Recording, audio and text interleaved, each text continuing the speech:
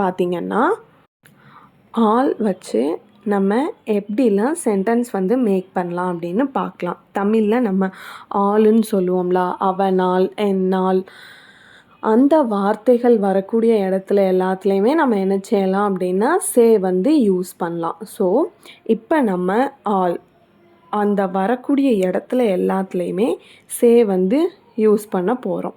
So இதுக்கான சின்ன சின்ன எக்ஸாம்பிள்ஸ் தான் என்ன செய்ய போகிறோம் அப்படின்னா இப்போ நம்ம பார்க்க போகிறோம். ஃபஸ்ட்டு எக்ஸாம்பிள் பாருங்கள். பென்சிலால் எழுதாதே, பென்சிலால் எழுதாதே. இதை ஹிந்தியில் எப்படி சொல்லணுன்னா பென்சில் சே மத் லிக்கோ, பென்சில் சே மத் லிக்கோ அப்படின்னு எழுதணும். பென்சிலால் ஆல் வந்திருக்கு பார்த்தீங்களா? ஸோ அதுக்கு தான் நம்ம என்ன சொல்லியிருக்கோம் அப்படின்னா பென்சில் சே அப்படின்னு எழுதணும்னு சொல்லியிருக்கோம். மத் லிக்கோ அப்படின்னு சொல்லியிருக்கோம். மத்துனா பண்ணாத அப்படின்னு அர்த்தம்.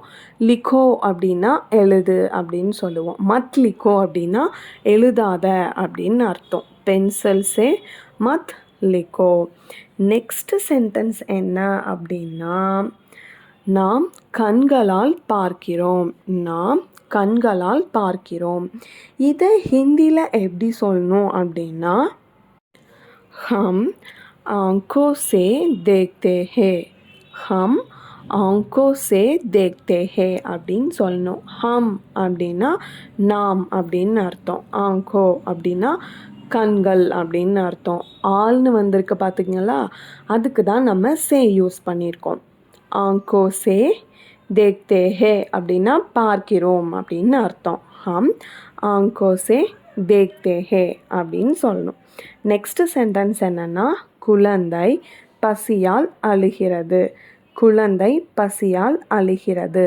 இதை எப்படி ஹிந்தியில் சொல்லணும் அப்படின்னா பச்சா भूख से रोता है, बच्चा भूख से रोता है அப்படின்னு சொல்லணும். பச்சா அப்படின்னா குழந்தை அப்படின்னு அர்த்தம். பூக் அப்படின்னா பசி அப்படின்னு அர்த்தம். இதில் பசியால்னு இருக்குது பார்த்தீங்களா, அதுக்கு தான் நம்ம என்ன யூஸ் பண்ணியிருக்கோம் அப்படின்னா சே வந்து யூஸ் பண்ணிக்கிறோம்.